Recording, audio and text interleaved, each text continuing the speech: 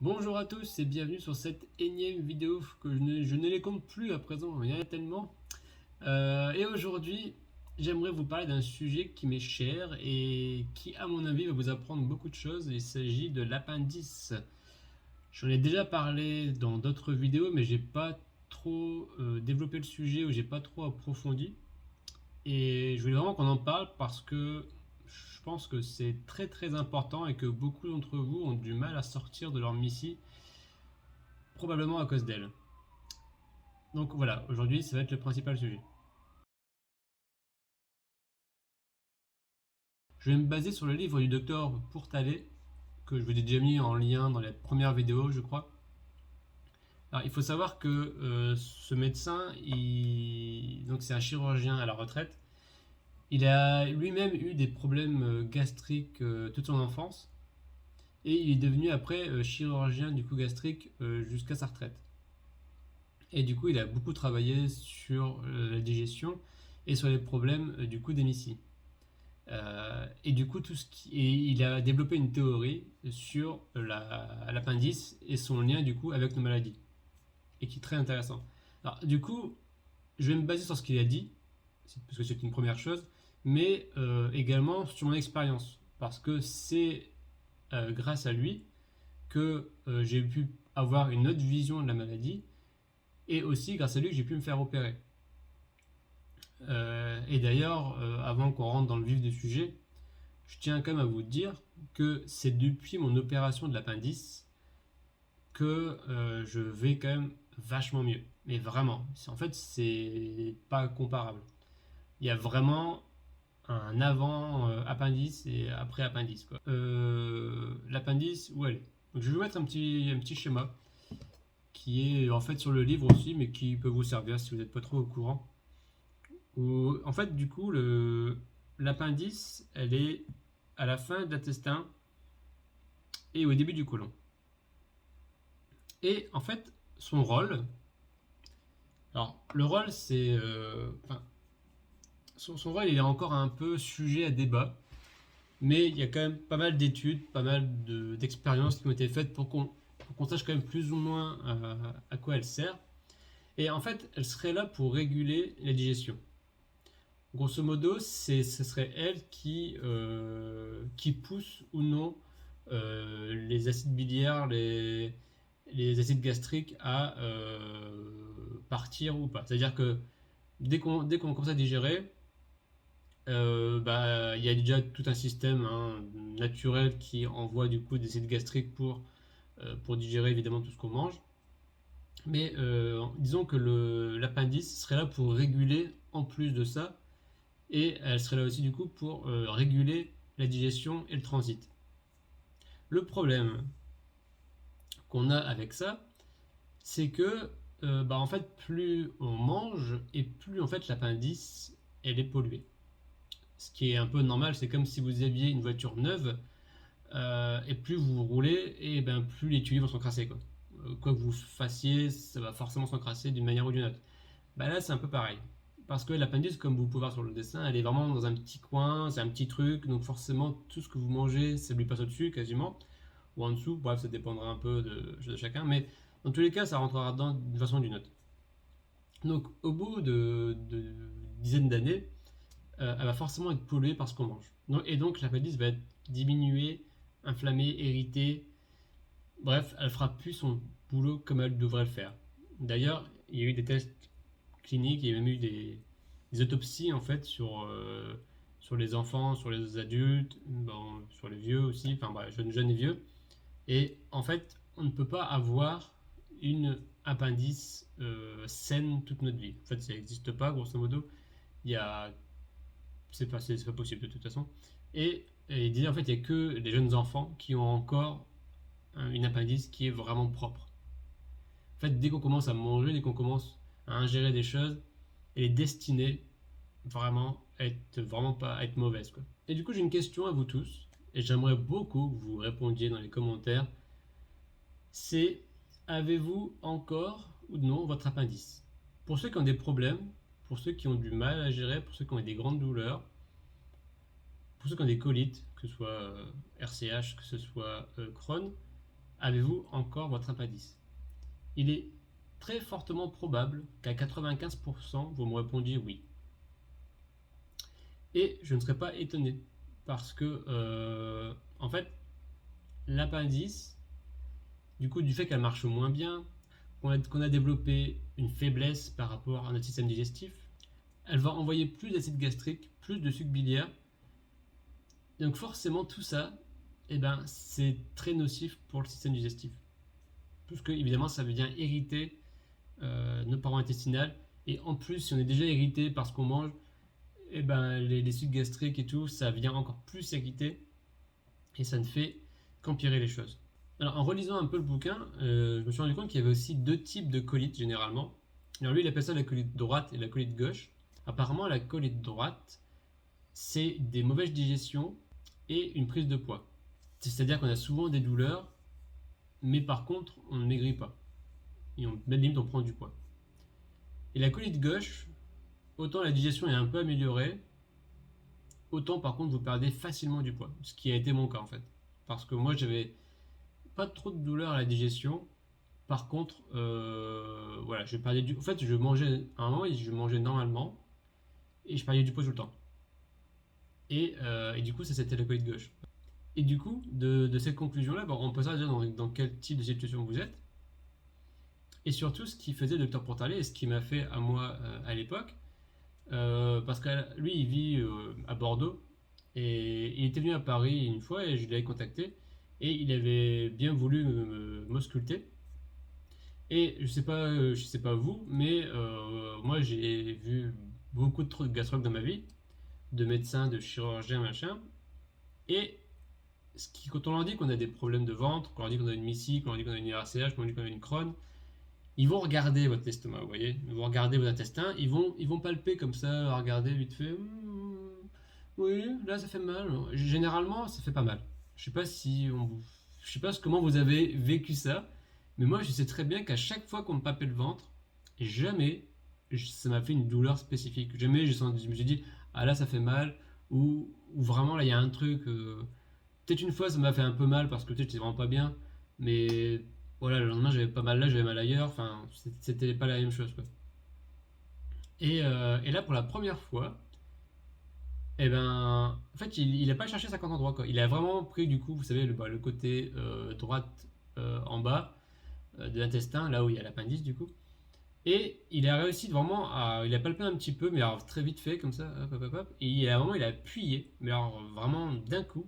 Et là, mais ça m'a fait une douleur, mais que je n'avais jamais senti auparavant.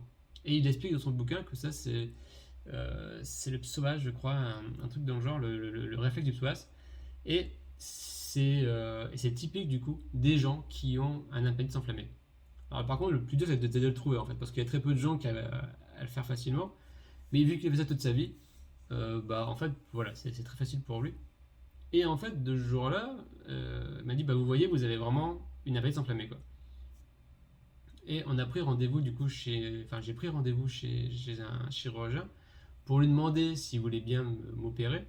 Alors sachez, alors moi du coup j'ai dû passer par un médecin privé entre guillemets, un chirurgien privé, euh, qui lui était un peu au courant de la démarche du docteur Portalet et qui a été d'accord pour m'opérer. En fait, comment ça marche dans ces cas-là? Ce qui se passe, c'est que le médecin dit qu'il y a une appendicite, donc une crise d'appendicite, et que du coup il vous opère, alors que c'est pas vraiment le cas. Mais en fait, sinon, s'il fait pas ça, en fait, vous payez du coup les frais total de l'opération, ce qui s'élève à 13 000 euros, plus ou moins. Donc en fait, là, moi, tout ce que j'ai dû payer, c'est l'opération, enfin, c'est grosso modo les honoraires du chirurgien qui se sont élevés à plus ou moins 1000 euros. Et après, j'ai pris un bon chirurgien. Voilà, faites comme vous voulez. Mais si vous trouvez un chirurgien qui est OK pour ça, normalement, vous n'aurez qu'à payer sa prestation. Ou que ses honoraires, on va dire ça comme ça. Vous n'aurez pas tout ce qui est normalement matériaux, hôpital et compagnie. Ça devrait être pris en charge par la Sécu. Bref, ça fait quand même une dépense, c'est certain. Et du coup, une fois que mon appendice est retiré, ben, en fait, je me sens beaucoup moins ballonné. Je me sens beaucoup moins, en fait, dans une sorte d'avoir toujours le ventre plein, d'avoir toujours. ce, ce sentiment en fait de pas être bien, tout simplement. Euh, et ça libère en fait. Et c'est vrai que, comme je vous le disais au début, avec l'appendice, en fait, une appendice qui est enflammée, elle ralentit beaucoup le transit. Et c'est vrai que c'était le cas en fait. J'en ai pas la sensation parce que quand c'est continu, on n'a pas l'impression qu'on a un transit rapide ou ralenti. En fait, c'est notre transit, on n'est pas très bien, quoi. Basta. Mais en fait, une fois qu'elle est plus là, là en fait, je vois le transit qui est beaucoup plus fluide, quoi. Et j'ai plus ce poids que j'avais littéralement sur moi, euh, qui était vraiment pesant. Vraiment, on peut pas vraiment être bien tout le temps, quoi. Et du coup, de par cette expérience, moi je peux vous dire qu'en effet, son diagnostic est bon. C'est clairement, c'est le jour et la nuit, quoi.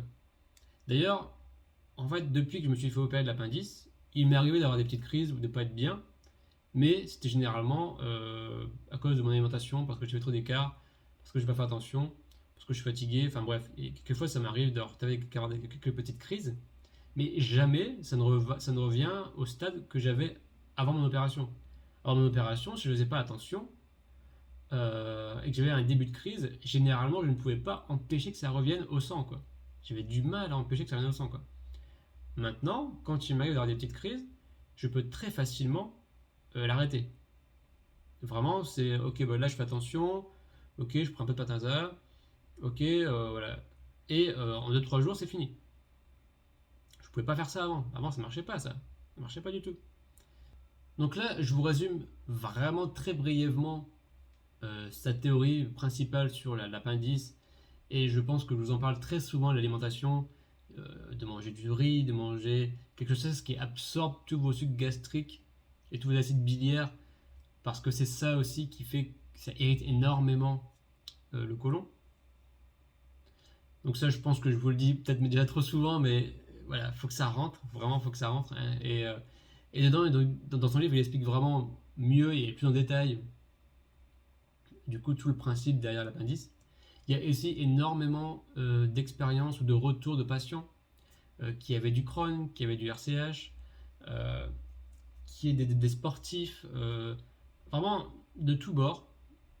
Et c'est très intéressant de voir ça en fait. De voir qu'il a vraiment des vraies histoires avec des vrais gens qu'il a vraiment soignés, qui ont vraiment vu un changement dans leur vie grâce à lui.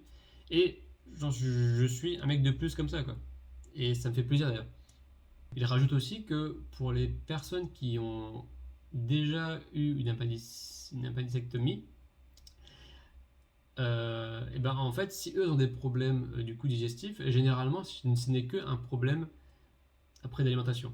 C'est-à-dire qu'une fois qu'ils revoient leur alimentation, généralement en quelques semaines, tout va beaucoup mieux.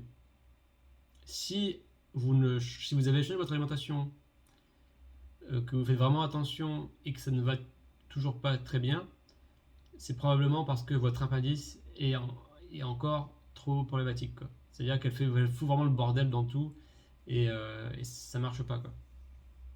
À l'époque, avant que je me fasse opérer de l'appendice, euh, j'avais du coup suivi ses conseils et ça m'avait quand même vachement aidé, hein. Alors ça, je vais pas le nier. Manger du riz, manger correctement, ne pas manger entre les repas, ça m'avait stoppé les poussées et la perte de sang très très vite. En moins d'une semaine, j'en avais beaucoup moins. C'était pas stoppé, mais j'en avais quand même beaucoup moins. Et après, une fois que du coup je me suis fait opérer, là par contre, j'en avais quasiment plus. Et après, c'est devenu beaucoup plus facile de retrouver un équilibre de vie normal, quoi.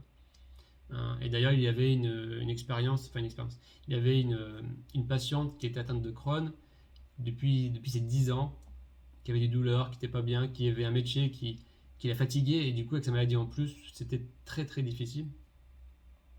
Et du jour où elle s'est fait opérer, en fait, elle s'est sentie beaucoup mieux.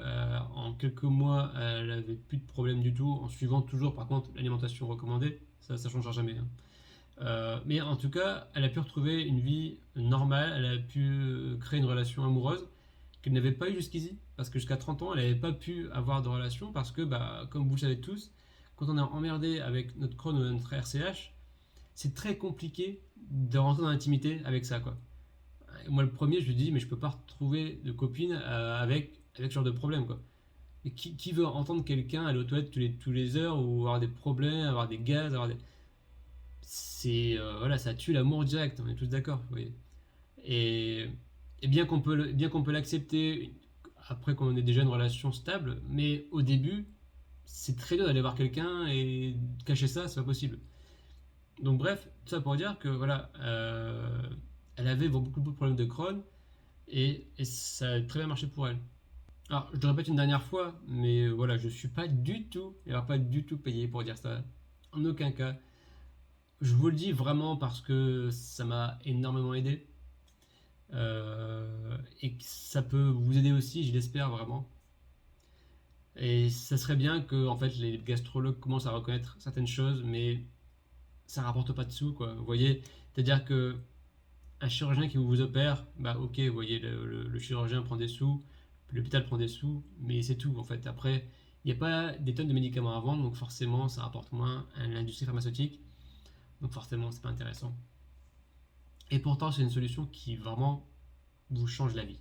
Vraiment, vraiment. Et je le répète encore une dernière fois, je ne suis pas payé pour dire ça. Le docteur Portalet ne m'a pas demandé de dire ça. Les chirurgiens ne m'ont pas demandé de dire ça. C'est moi qui vous le dis de mon expérience. Et ça n'engage que moi, également. Hein. Mais moi, je l'ai vécu, je l'ai vu la différence, j'ai vu le changement. Vous pouvez le voir maintenant aussi. Enfin, c'est vraiment. Ça change vraiment tout. Voilà, ça change vraiment tout aussi. Et d'ailleurs, j'en profite pour faire une petite aparté là, parce que ça me revient un peu en tête. Et j'ai eu un commentaire qui m'a demandé qu'est-ce que vous pensez des régimes avec ou sans gluten. Et c'est rigolo, c'est pour ça que j'en parle, parce que dans le bouquin, en fait, le docteur en parle. Et il dit qu'en fait, c'est stupide comme régime, parce que de toute façon, généralement, sauf si vous avez une allergie au gluten, ce qui là, évidemment, faut pas manger du gluten quand on a une allergie au gluten, mais à côté de ça, si vous n'êtes pas allergique, il n'y a rien de mauvais à manger du gluten, quoi. Tant que ça reste évidemment dans des proportions normales, il n'y a aucun problème, quoi. C'est euh, c'est stupide. Même le gluten est bon en fait pour le corps en général. C'est juste qu'il y a du mauvais gluten et du bon gluten, un peu comme tout.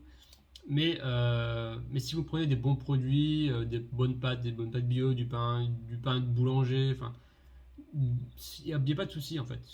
Voilà, tant que vous mangez ça de temps en temps, tant que c'est équilibré, allez-y. Le gluten ne changera pas vos problèmes de MICI, quoi. Faut le savoir, quoi. Ça changera rien, quoi. Vraiment rien.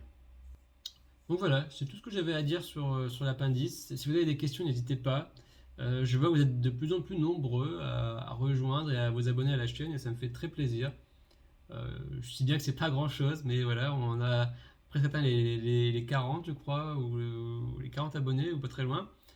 Et c'est pas énorme, mais je suis très content que ça plaise quand même à certaines personnes et j'espère vraiment que ça vous aide. C'est vraiment le but de cette chaîne, hein, c'est vraiment de vous aider, que mon expérience vous aide à passer ces épreuves-là. C'est vraiment ce qui m'importe le plus. Donc voilà, merci encore de la participation, de votre intérêt. N'hésitez pas à laisser des messages, n'hésitez pas à faire vivre un peu cette communauté, n'hésitez pas à partager surtout, parce que c'est le problème, hein, c'est que je peux pas partager ça partout, parce que dès que je propose des solutions qui ne sont pas dans le cadre normal, entre guillemets, c'est-à-dire que ça ne passe pas par des associations officielles ou des médecins, eh ben, c'est forcément rejeté parce que moi je prône que les médicaments qu'on vous donne ne vous guérissent pas. Et de toute façon, je pense que vous allez tous le voir un jour ou l'autre que c'est le cas. Et du coup, c'est pas accepté. Donc bref, partagez-le, communiquez-le au plus de monde possible. C'est comme ça qu'on va avancer, c'est comme ça qu'on fera aussi entendre et qu'on fera découvrir aux gens qu'il y a d'autres solutions et que c'est pas une fatalité. D'accord? Donc merci à tous et à très bientôt pour la prochaine vidéo. Tchuss!